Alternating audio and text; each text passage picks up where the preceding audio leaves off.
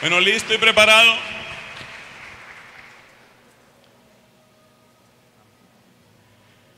En el nombre del Padre y del Hijo y del Espíritu Santo, unámonos a la oración de nuestro Señor Jesucristo. Padre nuestro que estás en el cielo, santificado sea tu nombre. Venga a nosotros tu reino. Hágase tu voluntad en la tierra como en el cielo. Danos hoy nuestro pan de cada día. Perdona nuestras ofensas, como también nosotros perdonamos a los que nos ofenden. No nos dejes caer en tentación y líbranos del mal. Entonces, nuestro tema central en esta predicación es oración de confianza y abandono. Oración de confianza y abandono. Vamos a aprender con la ayuda de Dios cómo podemos elevar esa oración que va a abrir muchas puertas en nuestra vida. Si nosotros entramos por el camino de la oración de confianza, la oración de abandono, le estamos dando a Dios la oportunidad de que trabaje en nosotros. Esa frase vale la pena que la tengas en cuenta, te la repito. Mientras nos vamos concentrando, nos vamos centrando. Te repito, la oración de abandono es preciosa porque le permite a Dios trabajar en nosotros. Nosotros somos su pueblo, mis hermanos. Nosotros somos sus ovejas. Pero si somos ovejas rebeldes, el pastor no puede llevarnos a los mejores pastos ni a las aguas más limpias. Si somos ovejas rebeldes, nos vamos a seguir lastimando con las espinas y las zarzas lejos de nuestro amado pastor. Si dejamos la rebeldía, si nos rendimos ante él, si nos abandonamos a su poder y a su bondad, entonces experimentaremos la grandeza de esa misericordia del Señor. Entonces la frase clave es que la oración de abandono le permite a Dios actuar en nuestra vida. Y eso es, mis hermanos, lo que nosotros queremos, que Dios actúe en nosotros. Por eso necesitamos aprender la oración de abandono. Es lo que vamos a aprender ahora. Tenga en cuenta que hay varios sentidos de la palabra abandono y todo depende frente a qué o frente a quién usted se abandona. Todo depende frente a qué o frente a quién. Por ejemplo, si usted se abandona y su abandono significa que usted no va a trabajar en nada de lo que le corresponde, eso es lo que a veces llamamos dejadez. Una persona dejada, una persona que ha abandonado su salud, o ha abandonado su trabajo, o ha abandonado su casa. Ese no es el abandono del que estamos hablando. No es el abandono del desinterés. Hay un abandono que es el abandono del desinterés. Cuando una persona, por ejemplo, el doctor le dice: usted tiene que tomarse estos medicamentos, tiene que hacer estas terapias, usted tiene que cambiar esto en su alimentación. Y la persona dice: yo no voy a hacer eso. Eso se llama abandono de desinterés. Ese no lo queremos. Abandono de desinterés no es nuestro tema. No es el abandono del descuido o del desinterés. Hay personas que tienen su cuerpo arruinado, su salud arruinada, su casa desordenada y sucia, su trabajo en la mediocridad, han descuidado las relaciones interpersonales, esa persona tiene el abandono negativo, porque hay abandono negativo y hay abandono positivo. El abandono negativo es el abandono propio del desinterés. El abandono positivo, ese, mis hermanos, ese es el que nos interesa aquí. Abandono positivo. ¿Y en qué consiste el abandono positivo? Es el abandono propio de la confianza en quien merece confianza.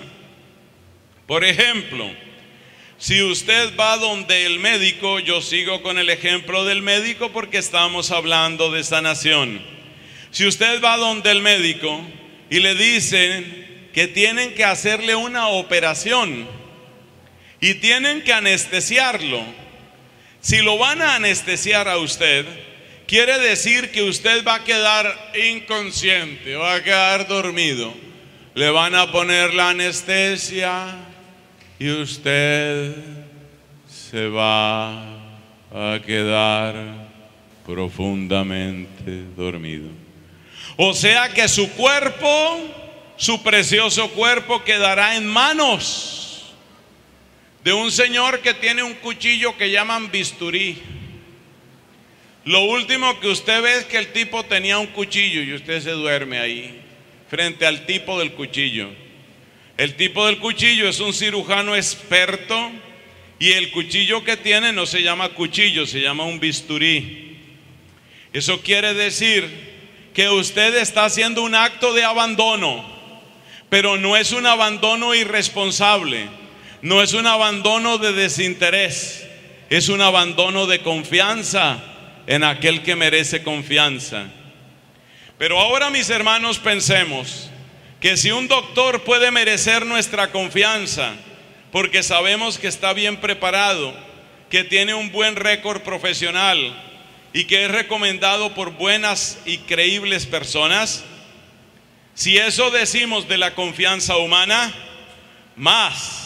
mucho más debemos decir de la confianza en Dios. La confianza en Dios debe ser absoluta. Ante un médico humano uno tiene una gran confianza, pero todavía uno puede tener un pequeño margen de desconfianza. Frente a Dios, nuestra confianza ha de ser total, nuestra confianza ha de ser absoluta. Por eso hablamos de oración de abandono y confianza, o de confianza y abandono. Y esa oración, porque es importante, ya lo acabamos de explicar. La oración de abandono es importante porque es la oración con la que tú le desatas las manos a Dios. Un cirujano que llegue a la sala de operaciones con sus manos amarradas, muy poco podrá hacer por ti. Tú tienes que desatarle las manos a Dios. ¿Qué me refiero con eso? Cuando tú haces la oración de abandono, tú le estás permitiendo al Señor que haga toda su obra en ti. Y Dios obrará en ti. Por eso hay que aprender a hacer la oración de abandono. Miremos algunos pasajes bíblicos que nos ayudan a comprender cuál es esta actitud maravillosa. La actitud que abre puertas para que tú recibas las bendiciones que seguramente estás esperando o que ni siquiera sabes que necesitas, porque eso también sucede. Algunos pasajes bíblicos. El que más me gusta a mí es aquel pasaje de Pedro, cuando después de pasar la noche entera pescando, saca un balance. ¿El balance cuál es? No hemos cogido nada.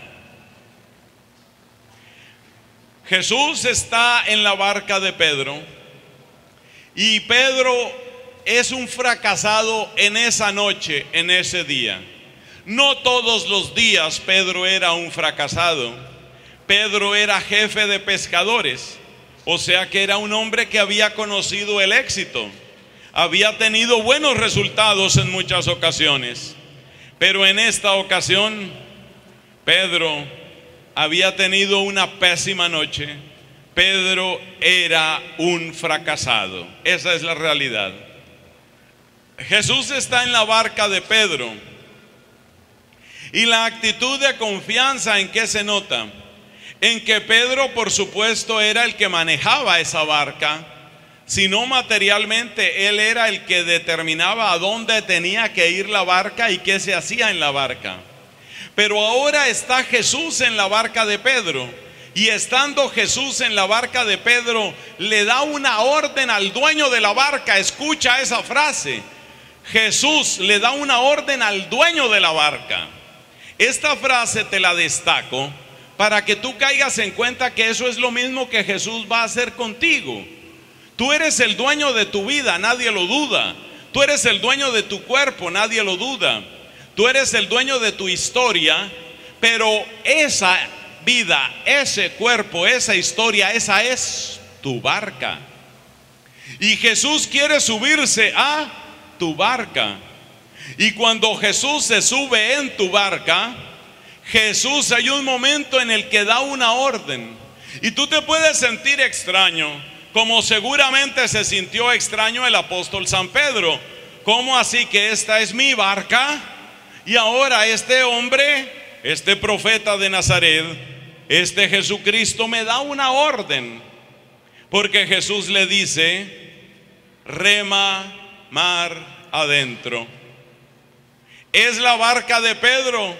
Y Jesús ha llegado a la barca de Pedro. Y Jesús da una orden en la barca de Pedro. ¿Y qué hace Pedro? Hubiera podido decir: hey, un momento, no se pase. Yo lo recibí aquí para que usted predicara, pero ahora también me va a dar órdenes en mi barca. Pero Pedro, bendito sea Jesús, Pedro no tomó esa actitud rebelde, sino ¿cuál fue la actitud de Pedro? Obediencia, una palabra que nos vamos a seguir encontrando en esta predicación. Pedro tomó una actitud de obediencia, aunque la barca era suya y el que daba la orden era Jesús. Pedro tomó una actitud de obediencia. Es decir, podemos decir que Pedro le entregó la barca a Jesús. Uy, qué verbo tan importante. Entregar.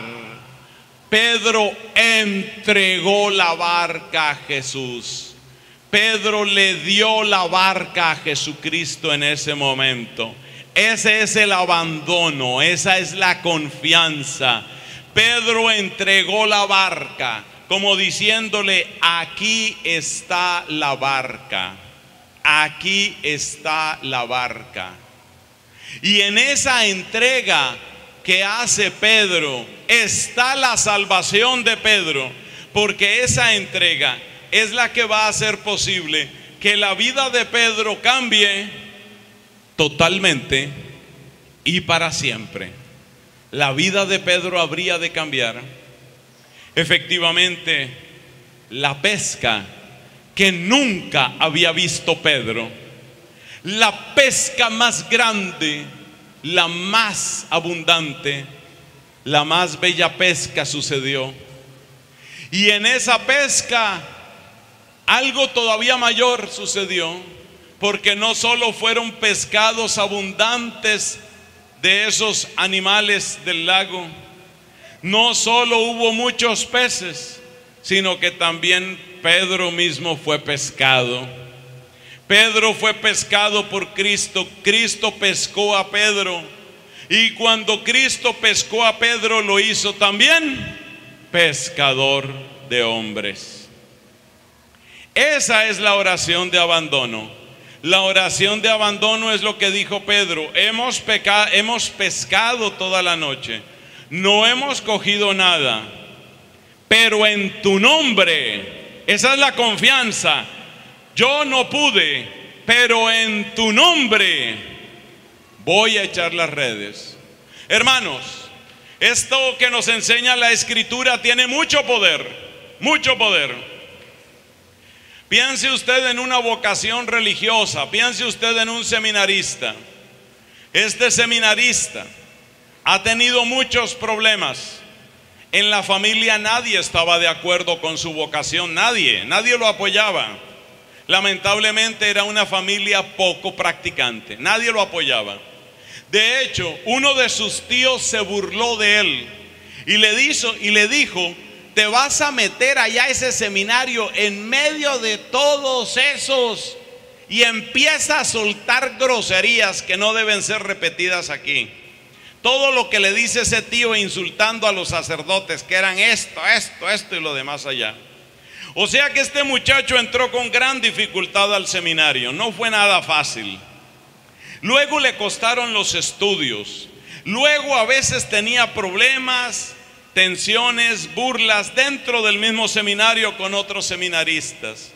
Luego por allá le escribió un día de la nada, le escribió una chica con la que habían sido novios cuando él estaba en el colegio por allá en grado 9. Este muchacho se le revuelve y se le recarga la cabeza recordando los insultos del tío que le habló pésimo de los sacerdotes, la falta de apoyo de la familia, los problemas de los estudios y la foto hermosísima que le manda a esa chica como diciéndole: ¿te acuerdas de mí? Y como diciéndole: podríamos todavía hacer algo. En medio de esa debilidad, en medio de esa fragilidad, este muchacho llega a la conclusión: yo no sirvo para cura, yo mejor me salgo de esto, yo no quiero ser otro escándalo en el mundo, yo no tengo por qué seguir por este camino. Prácticamente está resuelto. Él ha puesto de su parte lo que ha podido, lo que él cree que tenía que hacer, y siente que las fuerzas simplemente se le agotaron. Como conclusión, va para afuera. Él siente que debe salirse. Pero antes de salirse, él pasa por la iglesia del seminario. Y en la iglesia de aquel seminario tenían la costumbre de dejar el libro de las lecturas de la misa abierto todo el día. De hecho, después de la misa ponían el libro sobre un ambón, como este que tenemos aquí, que está muy bello por cierto.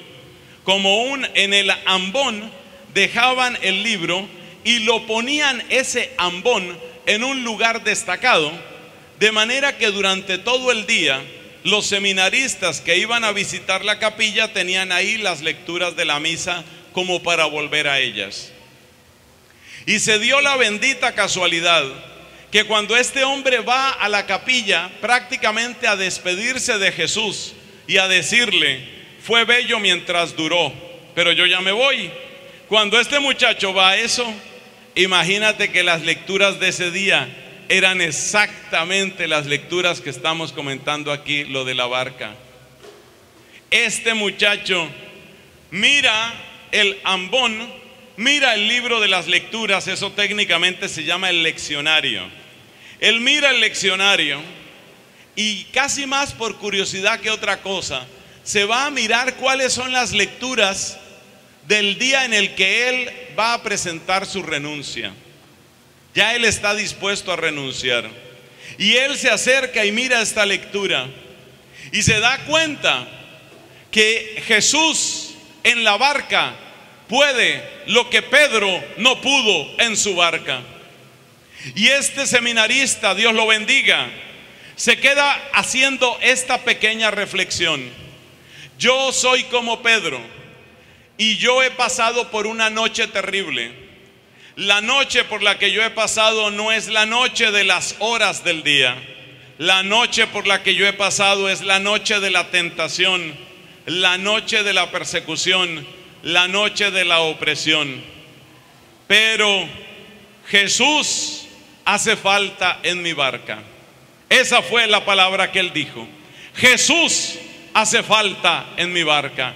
Y él empezó a llamar a Jesús para su barca y le dijo, en medio de lágrimas, lágrimas de un varón, llorando le dijo a Jesús: es que no puedo más, es que ya no me aguanto más, no me aguanto que mi familia no me apoya, no me aguanto que los estudios me cuestan, no me aguanto porque me parece duro el celibato, no me aguanto más.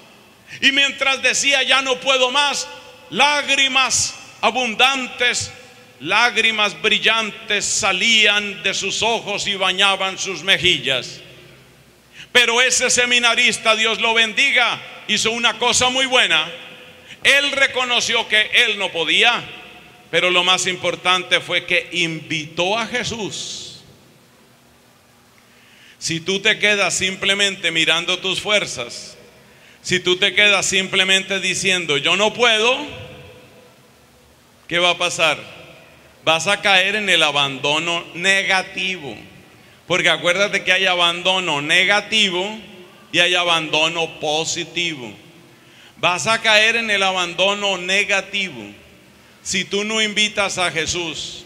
Pero si tu barca no ha cogido nada, si tú estás en una situación dura y tú llamas a Jesús y Jesús entra en tu barca, es distinto. Y este hombre sintió en la capilla de aquel seminario, con las lecturas de la misa abiertas, él sintió que también Jesús le decía a él: rema mar adentro. Yo quiero destacar un detalle. Ya les dije, hermanos tan queridos, yo les dije que Pedro era un fracasado en esa noche. Era un fracasado, seamos sinceros. Las cosas hay que decirlas, él era un fracasado.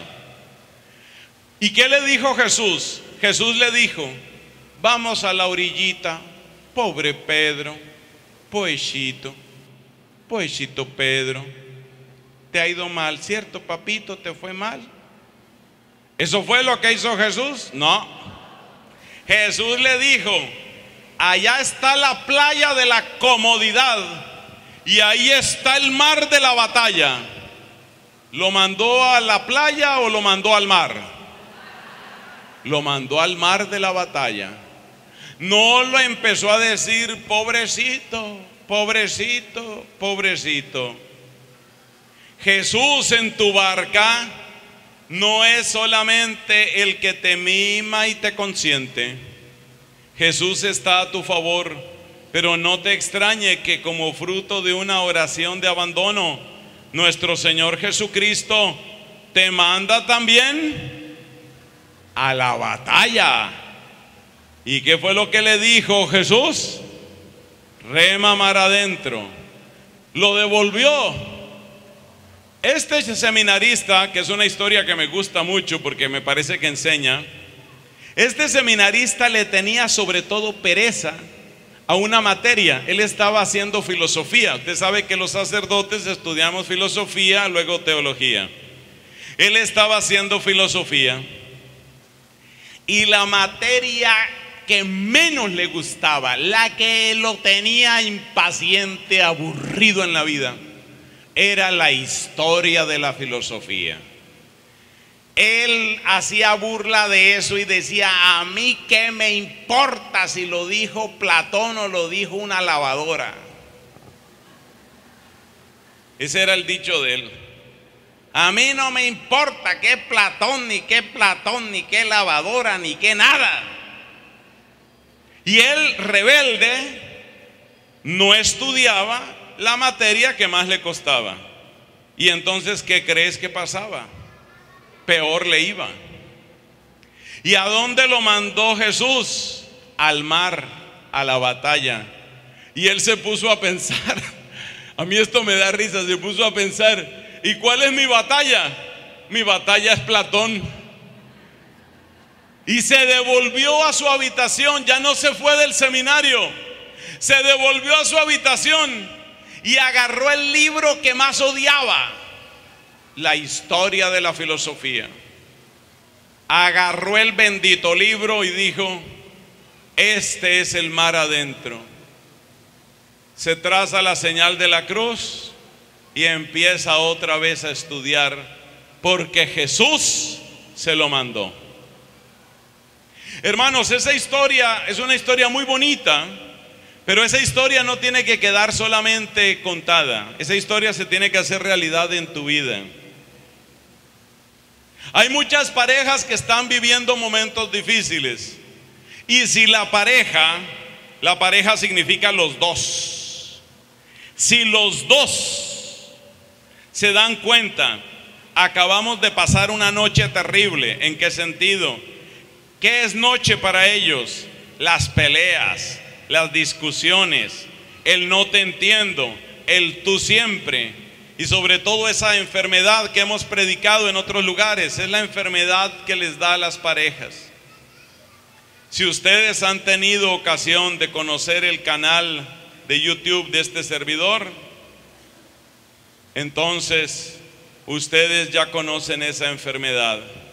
Se llama la enfermedad de las parejas. Esa enfermedad se llama esquetú. ¿En qué consiste la enfermedad del esquetú? Que cada uno empieza a decirle al otro: es que tú no entiendes, es que tú. Se llama la enfermedad del esquetú. Cuando una pareja tiene la enfermedad del esquetú, ¿qué le pasa a esa pareja? Que esa pareja puede llegar a separarse. Pero ¿qué sucede si esa pareja dice: nuestra barca es este matrimonio? Y no está fácil. La situación no está fácil, está complicada. Situación difícil. Ha caído sobre nosotros la temible enfermedad del esquetú. Estamos contagiados de esquetú. Nuestra barca está vacía, y seguramente también vacía de hijos. Nuestra barca está vacía porque aquí no están los frutos del amor, del respeto y de la paz. Nuestra barca está vacía. Pero vamos a llamar hoy a Jesucristo para que venga a esta barca. Vamos a llamarlo. Y tienen que ser los dos. Pues si no se pueden los dos, por lo menos alguno que empiece, por favor. Pero lo importante es llamar a Jesús con todo el fervor. ¿Y qué fue lo que hizo Jesús en la barca de Pedro? ¿Se sentó por ahí calladito? No. Lo primero que hizo Jesús antes de darle instrucciones a Pedro fue predicar. Aquel pasaje del Evangelio nos dice que Jesús, parado en la barca de Pedro, le hablaba a la multitud que se congregaba en la orilla. Jesucristo primero predicó, y fue la predicación de Cristo la que fue ablandando y disponiendo el corazón de Pedro para que cuando llegara esa orden tan difícil, rema mar adentro, Pedro pudiera ceder el dominio, la dirección de la barca. Ese pasaje, mis hermanos, nos muestra mucho. Ese pasaje nos muestra lo que es el verdadero abandono. Otro pasaje, solo le voy a citar dos. Estamos un poquito corridos de tiempo. Solo le voy a citar dos pasajes. Uno era este de Pedro, que es maravilloso. El otro es el del otro gran apóstol que nosotros tenemos, el apóstol San Pablo. Usted conoce la historia. San Pablo era un rabioso perseguidor en contra de los cristianos. San Pablo iba, en primer lugar no era San Pablo en esa época. Pablo iba camino de Damasco con autorizaciones de parte de los sumos sacerdotes para tomar presos y llevar encadenados hacia Jerusalén a todos los cristianos que encontrara en Damasco. Pablo tenía su ruta muy clara. Pablo había hecho todas las diligencias y tenía todos los papeles. Pablo va camino de Damasco. Pero resulta que lo que él no se esperaba le sucedió. Y hay una cosa que llama la atención del pasaje de la barca. Si usted mira el pasaje de la barca, usted se va a dar cuenta que Jesús no le dijo a Pedro: por favor, ¿me permites? Con todo el respeto a nuestro Señor Jesucristo, a quien sea la gloria por los siglos, con todo respeto hacia Cristo, Cristo a veces no pide muchos favores. Se subió a la barca de Pedro. Se subió a la barca de Pedro y le dijo: apártala un poco que voy a predicar. A veces Jesús no pide muchos favores. Y lo mismo con Pablo. Con Pablo Cristo tampoco pidió mucho permiso ni muchos favores. Con Pablo, ¿qué fue lo que hizo Jesucristo? Con Pablo lo que hizo fue metérsele a la vida. Pablo iba para Damasco y de repente una luz intensísima lo derribó. Si iba en un caballo, se cayó del caballo. Aunque no sabemos si iba en un caballo. El hecho es que cayó a tierra y le habló, así como Jesucristo le había hablado antes a Pedro para decirle: aparta la barca que voy a predicar. Así también Jesucristo aparta a Pablo, pero la primera frase que le dice no tiene nada de amable, porque no era caso de ser muy amable. Lo que le dice Cristo es: Saulo, Saulo, ¿por qué me persigues? ¿Quién eres, Señor?, responde Pablo, que ha quedado enceguecido por esa luz intensa. No logra ver, solo hay una voz. No ve, solo oye. Ojo con eso. No ve, solo oye. ¿Por qué esa frase es importante? Usted lo va a saber en un par de minutos. ¿Quién eres, Señor? Hechos de los Apóstoles capítulo 9, responde Cristo y dice: yo soy Jesús, a quien tú persigues. Y entonces Pablo pregunta: ¿qué tiene que hacer? Y le dice: entra a Damasco. Y le da instrucciones, le da una orden. Cristo le mandó a Pedro: rema mar adentro. Cristo le mandó a Pablo: vete a Damasco. Damasco era la ciudad donde Pablo se iba a empezar a lucir, atrapando decenas de cristianos para llevarlos encadenados hacia Jerusalén. Pues el que iba a ser el lugar de la honra, ahora se convertirá en el lugar del oprobio y la persecución para el mismo Pablo. Pero primero la gran humillación. Ustedes saben que Pablo pertenecía al grupo de los fariseos. Y la característica de los fariseos, según nos enseña Romanos capítulo 2, es que los fariseos se consideraban luz. Ellos creían que ellos eran los guías de los ciegos. Eso lo encuentra usted en Romanos capítulo 2. Ojalá estén escribiendo estas citas para que después usted lo busque. Acuérdese, este es un solo día de congreso, hay que aprovechar al máximo el congreso. Mañana ya no hay congreso, aproveche. Romanos capítulo 2 nos cuenta cómo pensaban los fariseos. La carta a los romanos es escrita por San Pablo, y resulta que San Pablo conocía por consiguiente muy bien a los fariseos.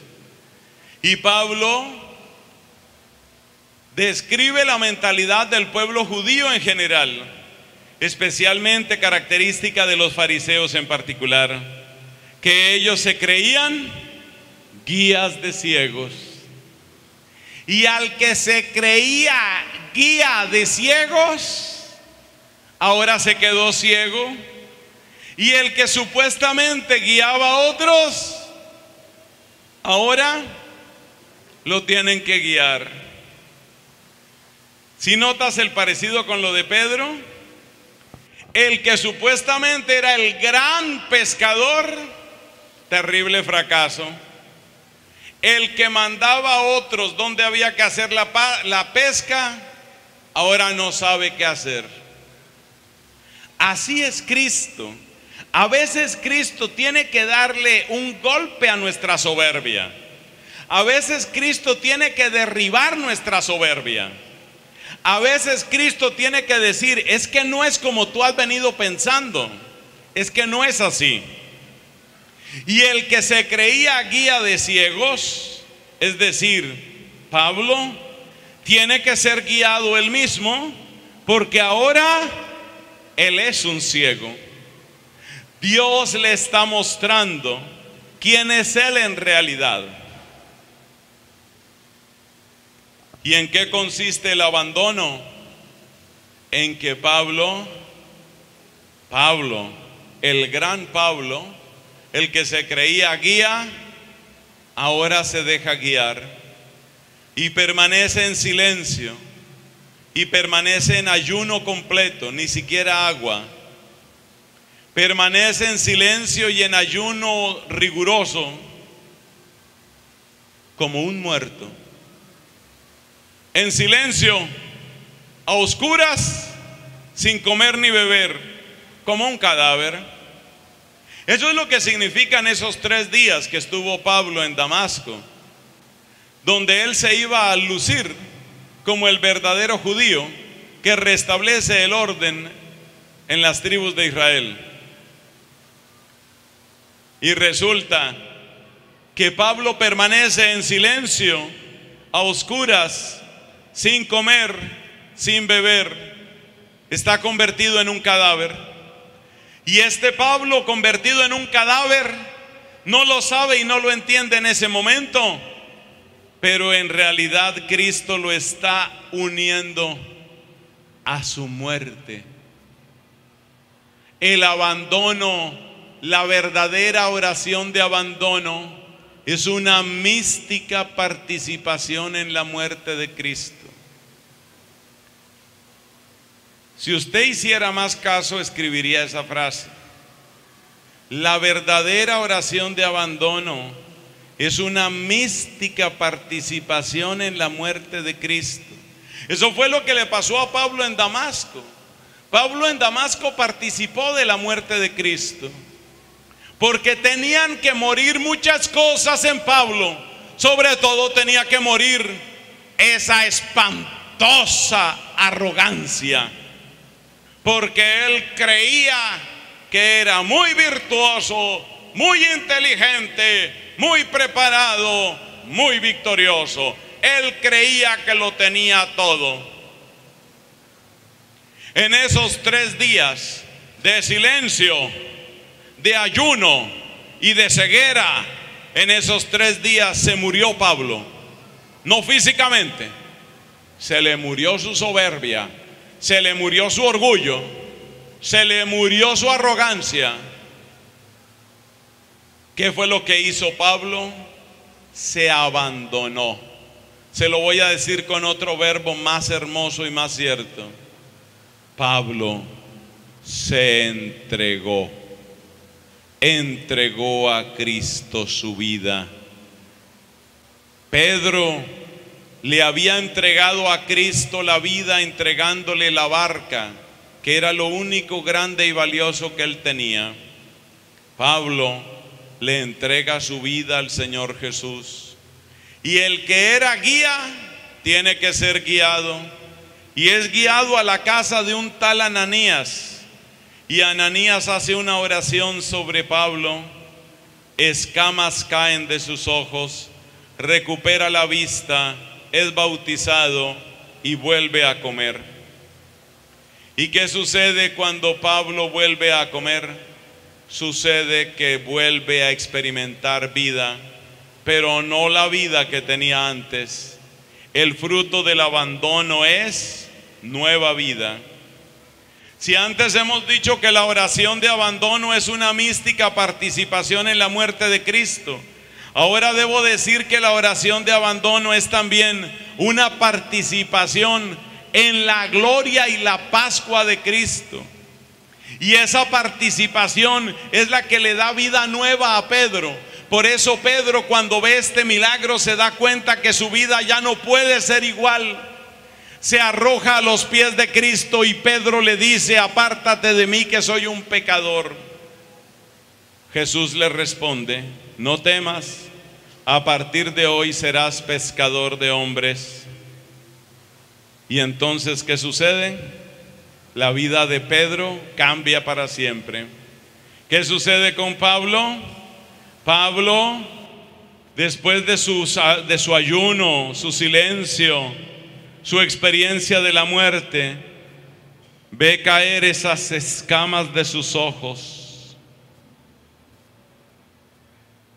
se bautiza, vuelve a alimentarse, ya no es el mismo Pablo.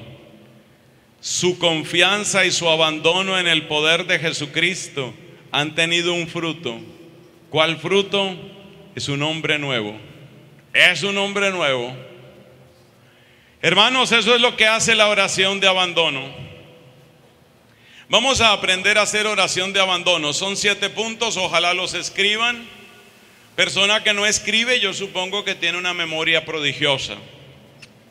Es lo único que yo puedo suponer, que es una persona que Dios le ha bendecido con una gran memoria. Usted sabe que hay gente que tiene una gran memoria, entonces no tienen que escribir. Todo se les queda. Porque venir uno a un congreso y salir del congreso y no acordarse de lo que aprendió, yo digo mal, te veo mal. Lo único que te puedo decir es eso: te veo mal.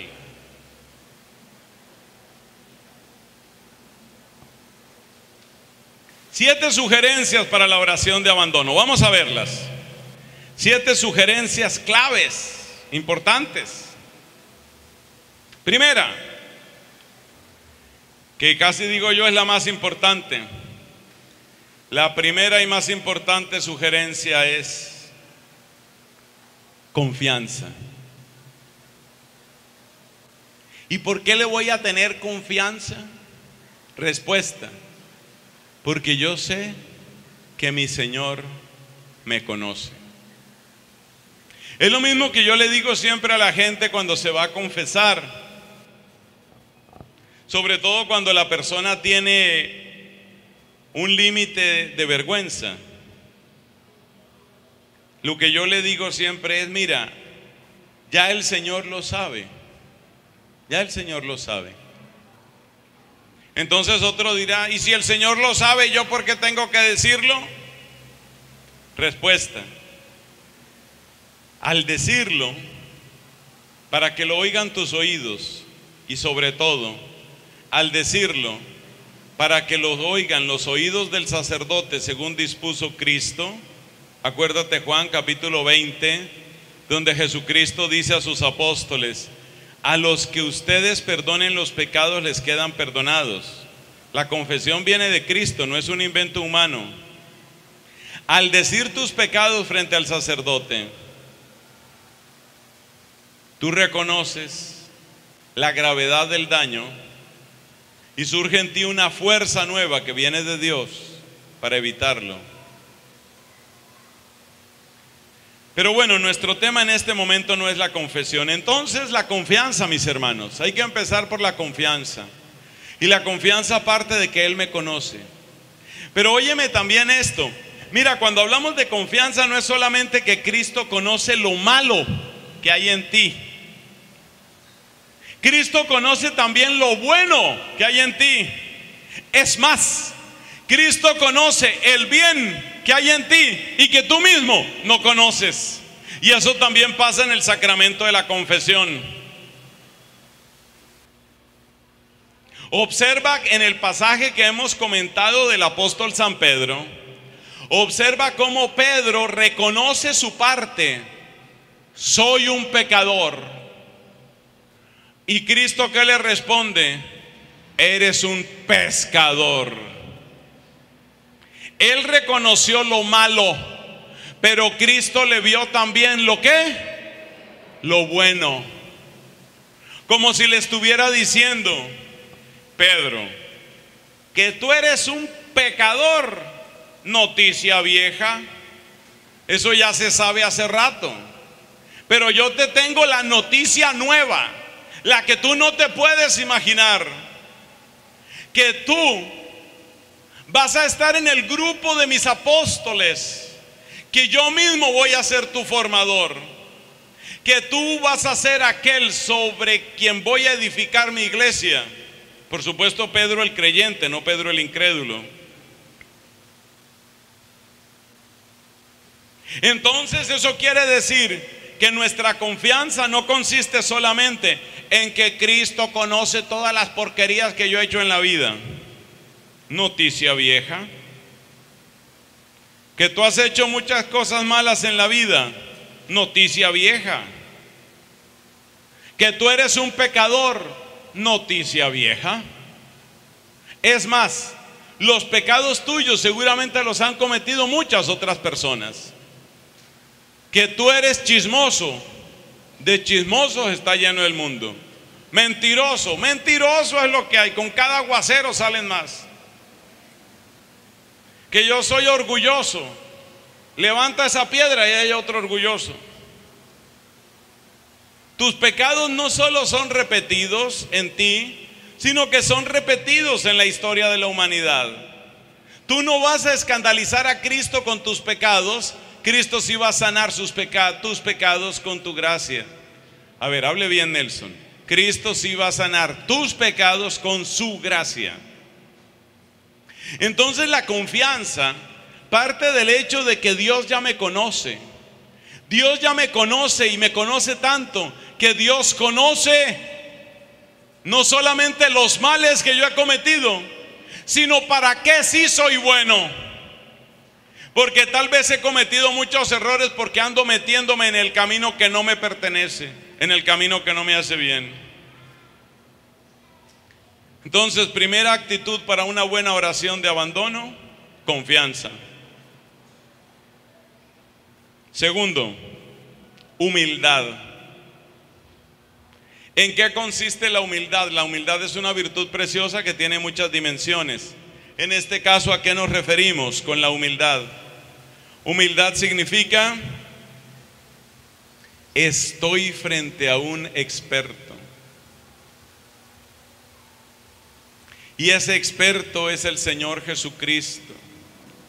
Si yo llego, por ejemplo, donde un médico y el médico me dice: ¿usted qué tiene? Doctor, yo tengo un cálculo alojado en el conducto colédoco. Médico te mira de arriba abajo. ¿Y usted cómo sabe? Porque yo sé mucho.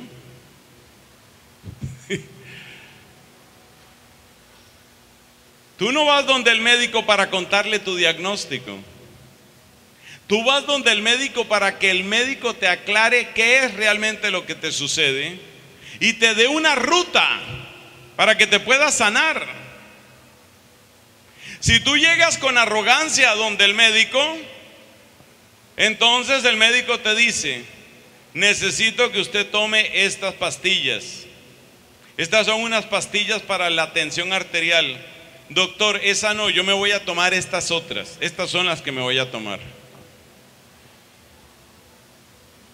El médico te va a decir: pero entonces, ¿para qué viene? Si usted va a ser terco, entonces ¿para qué viene? Por eso en la oración de abandono necesitamos la humildad. Estoy ante un experto. Y por eso yo no le puedo decir a ese experto qué es lo que tiene que quitar o qué es lo que tiene que dejar. A veces los médicos, cuando hacen una intervención quirúrgica, tienen que tomar decisiones sobre la marcha. Yo me acuerdo el caso de una amiga que estaba presentando unos tumores. En los exámenes salían los tumores, los tenía alojados en el bajo vientre. Parecían estar muy cerca de la matriz. El doctor le dice, esto toca operarlo y toca operarlo ya. Realmente estamos ante un peligro de extensión de un tumor maligno. Pero cuando está operando a esta señora, se da cuenta que detrás, como envolviendo el ovario, había otro tumor peor que estos. Ya ella inconsciente, diríamos dormida, anestesiada en la sala de operaciones. ¿Qué le tocó hacer al médico? Tenía que tomar una decisión en ese momento. Esto es muy doloroso, pero lamentablemente tuvo que retirarle el ovario. Entonces es el médico el que sabe qué es lo que hay que quitar y qué es lo que hay que dejar. A veces Dios tiene que quitar de tu vida cosas que tú no quieres quitar de tu vida. Y el ejemplo típico son las amistades y los amores. A veces tú tienes una amiga que es tu amiga de toda la vida, pero a veces Dios quiere que te alejes de esa amiga, porque tu amiga de toda la vida es una persona que se ha llenado de resentimiento, luego se separó del esposo, luego peleó con la iglesia, luego se volvió evangélica, luego te está arrastrando y arrastrando para que te vuelvas evangélica y de paso que te separes tú también del esposo, porque nadie quiere ser la única separada. Esa no es la amistad que te conviene en este momento. Pero como tú quieres tanto a tu amiga de toda la vida, tú no vas a tomar esa decisión. Por eso a veces uno le tiene que decir al Señor Jesucristo: quita lo que tengas que quitar. Quita lo que tengas que quitar. Me va a doler. Juan, Evangelio de Juan, capítulo 15. El Señor poda. El Señor a veces tiene que recortar. A veces hay muchachos que tienen una cantidad de amigos, pero yo hago esta pregunta: ¿y será que todos esos amigos sí les sirven o no les sirven? Y a veces hay amigos que no sirven. Entonces un muchacho inteligente que tenga fe, ese muchacho inteligente tiene que decirle a Dios: quítame los amigos que no me sirven. Porque hay amigos que solo sirven para arrastrar hacia el mal. Ojalá tuviera uno la fuerza interior y la formación en Cristo y en el Evangelio, para que no fuera Él el que me arrastrara hacia el pecado, sino yo el que lo arrastrara a Él hacia Cristo. Pero como cada uno tiene que medir sus fuerzas y escoger sus batallas, no todas las veces uno tiene la fuerza interior para arrastrar a ese amigo y llevarlo hacia Cristo. Y él en cambio sí parece que tiene la fuerza para irme llevando. Entonces a veces Dios tiene que quitarme cosas y yo tengo que ser humilde y decir: tú eres el experto. Llevamos 2, son 7. No sé si habrá almuerzo. Tercero, la oración de abandono debe hacerse con arrepentimiento. Arrepentimiento, ¿por qué? Por lo que dijo Pedro: yo ya he intentado todo y a veces he intentado cosas que no debía haber intentado. Me acuerdo la confesión de una señora en una misión en otro país. Ella me decía: yo he sufrido demasiado con la soledad y yo traté de arreglar el problema de la soledad a mi manera. Por eso ya he tenido 3 esposos, porque yo traté de arreglarlo yo. Uno tiene que arrepentirse y uno tiene que darse cuenta que ha hecho cosas que no son. Uno tiene que darse cuenta que uno ha cometido pecados, y eso va muy unido a lo que hemos dicho de la humildad. Y de una vez te agrego la palabra número 4 para que no te preocupes con el tema del almuerzo. La palabra número 4 es fidelidad. Mire, la primera es confianza, la segunda es humildad, la tercera es arrepentimiento, la cuarta es fidelidad. ¿Fidelidad qué es? Que yo no quiero tener otro Dios sino solo Dios. Por eso dicen los de Lazos de Amor Mariano: ¿quién como Dios? ¿Ves? Sí responde. Aquí hay gente que conoce de Lazos de Amor Mariano. Amén. A ver, vamos a decirlo todo. ¿Quién como Dios? Y respondemos nadie como Dios. ¿Quién como Dios? Más fuerte. ¿Quién como Dios? Esa es la fidelidad. Entonces quiere decir que si me ofrecen ir donde los brujos, yo en ese momento tengo que acordarme del 10 de noviembre de 2019, Coliseo del Colegio La Merced, momento entusiasta en el que todos decimos: ¿quién como Dios? Y como nadie como Dios, yo no me voy a meter en los terrenos de Satanás. Punto. Se acabó. No me meto allá. Amén. No me meto allá. La gloria solo para Dios. Solo para Dios. ¿Cómo se hace la oración de abandono? Llevamos 4 características. La primera es la confianza. La segunda es la humildad. La tercera es arrepentimiento, porque uno se ha equivocado de muchas cosas y ha hecho muchas cosas que no son. La cuarta es fidelidad, solo Dios. La quinta es muy bonita: descanso. Descanso, descansa en Él. Deja de estar peleando. Mire, por eso en la renovación carismática hay una cosa que se llama descanso en el Espíritu. ¿Han oído hablar del descanso en el Espíritu? Yo creo en el descanso en el Espíritu. Yo creo. ¿Por qué? Porque muchas personas pelean y pelean y pelean mal, pero siguen peleando y pelean y pelean, como Pedro toda la noche tratando de buscar pescado. Pelean y pelean.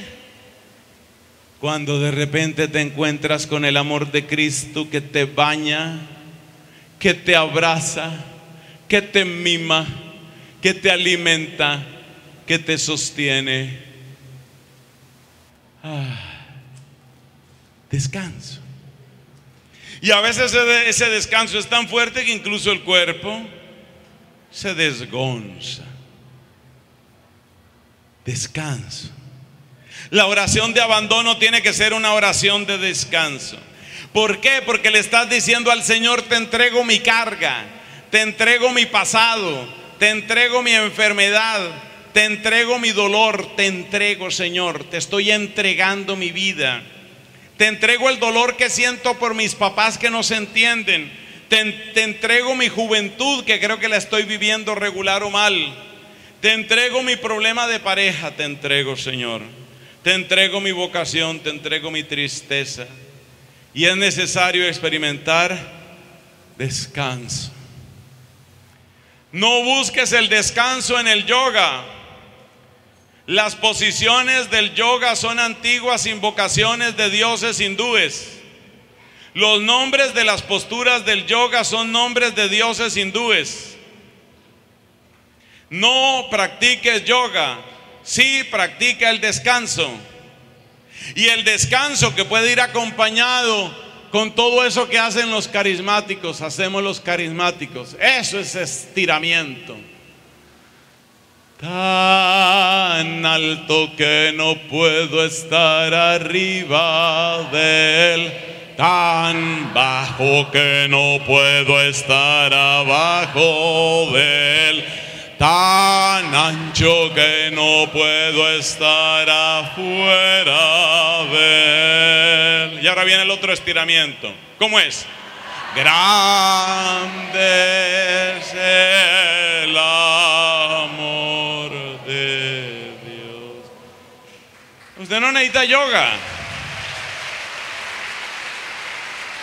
Usted lo que necesita es ser un poquito más carismático.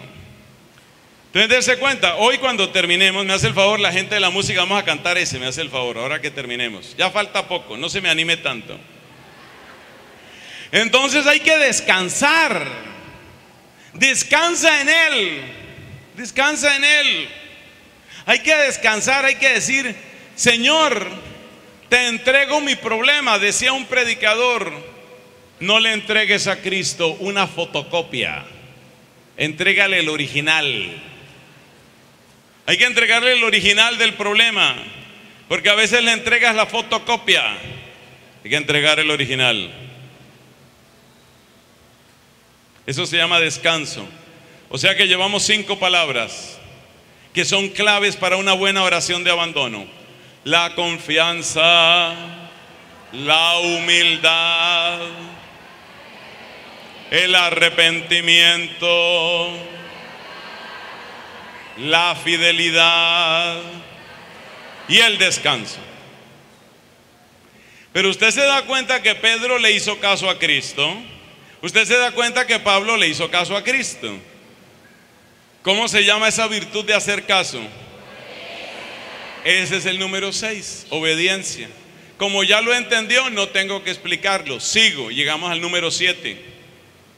O sea que esto va acercándose vertiginosamente a su final. Número 7.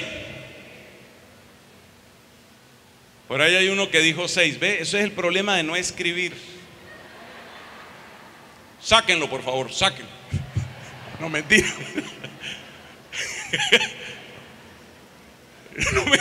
El número 6 es la. Y lo último, que Jesús también lo enseña, el famosísimo número 7, que es la gratitud. Si tú quieres que la oración de abandono crezca en ti, gratitud. Eso es muy importante. ¿Por qué? Porque la alabanza, la acción de gracias, la gratitud afianza en ti la certeza de que solo Dios es Dios. Yo sé que ustedes van a pensar que yo estoy recibiendo una comisión de los de Lazos de Amor Mariano. Nada, esa gente no me ha dado nada. Pero es que verdad, es cierto. Además la frase no es de ellos, la frase es de San Miguel Arcángel, ¿no? La frase es de San Miguel, eso de que no hay nadie como Dios. ¿Quién como Dios? Nadie como Dios. Eso es de San Miguel. Entonces, a medida que tú vas creciendo en la gratitud, tú vas comprobando que no hay nadie como Dios. No hay nadie. No hay nadie como Dios. Cuando yo empecé en la renovación carismática, eso fue hace tiempo, me quedo asombrado. Hace unos 40 años que yo empecé en la renovación carismática. Había gente aquí que no había nacido. Impresionante. Había unas canciones, me gustan mucho las que hemos cantado aquí, pero había unas canciones que recordaban cosas como estas. Había una que decía: no hay nadie como mi Dios, no hay nadie. No hay nadie como mi Dios, no hay nadie. Yo le amo, Él me ama.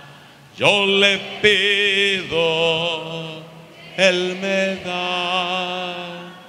Yo le llamo, Él me responde. Contesta mis peticiones. Como veo que hay mucha gente que se la sabe, veo que hay mucha gente de mi generación. Bien, bien, bien, gloria a Dios, gloria a Dios. Hermanos, hemos llegado al final de este tema. Nos damos cuenta de la importancia de la oración de abandono. Nos damos cuenta que hay 2 modelos maravillosos, que son el apóstol. ¿Cuál fue el primero que dijimos? ¿Y el segundo? Y luego hemos visto las 7 características de una buena oración de abandono. Por favor, no se equivoquen. Si se equivocan, vuelvo a empezar la predicación. A ver. Las 7 características de la oración de abandono. La primera es confianza. La segunda es humildad. La tercera y la cuarta, la fidelidad. La quinta, ay, el descanso. Qué alegría. Que tú sientas que sabe, mire la señora cómo se estira, vea, eso es lo que hay que hacer. El descanso. Dejen de estar buscando pilates y yoga y no sé cuántas cosas y pagando mensualidades. Descanso. Y después del descanso, y finalmente, hágame el favor de ponerse de pie. Pequeña oración, por favor vayan acercándose para que cantemos El amor del Señor es maravilloso. Yo quiero ver cómo se va a estirar esa gente. Que le traquee. Decía una señora en otro pueblo, me traqueó la carraca. Me imagino que se refería a la columna, ¿no? La columna era que le traquee, tiene que traquear. Ahora que se estire. Te alabamos, Señor Jesucristo, te bendecimos, te damos gracias, Señor, porque eres bello, porque eres poderoso, porque nos llamas a una vida sana y feliz. La gloria, la alabanza para ti, Señor, te amamos. Nos humillamos ante ti porque hemos cometido muchos errores. Nos humillamos ante ti porque necesitamos conversión, pero toda nuestra esperanza está puesta en tu santísimo nombre, porque el que cree en ti no queda defraudado. Alabado seas, Jesús, te amamos. Te amamos, Jesús, te amamos. Gloria a ti, Señor Jesucristo. A ver, cada uno alabe a Dios. Dígale algo bonito a Cristo, hombre. Dígale algo bonito. Eso, háblele a Cristo. Dígale cosas bellas. Él es el más bello de los hombres y en sus labios se derrama la gracia. Te amamos, Jesús. Ponemos nuestra esperanza en ti. Tú eres grande, tú eres el amor de nuestras almas. La gloria para ti, Señor. Bendito seas, bendito seas. Te amamos, te bendecimos, Señor. Te amamos, te bendecimos y nos preparamos para cantarte con fuerza y con poder. Bendito seas, Señor Jesucristo.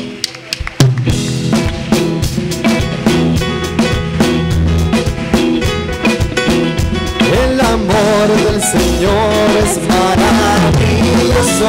El amor del Señor es maravilloso. El amor del Señor es maravilloso.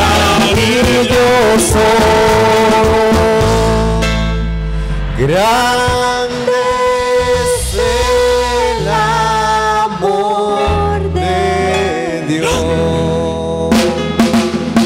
Tan alto que no puedo estar arriba de él, tan bajo que no puedo estar abajo de él, tan ancho que no puedo estar afuera de él.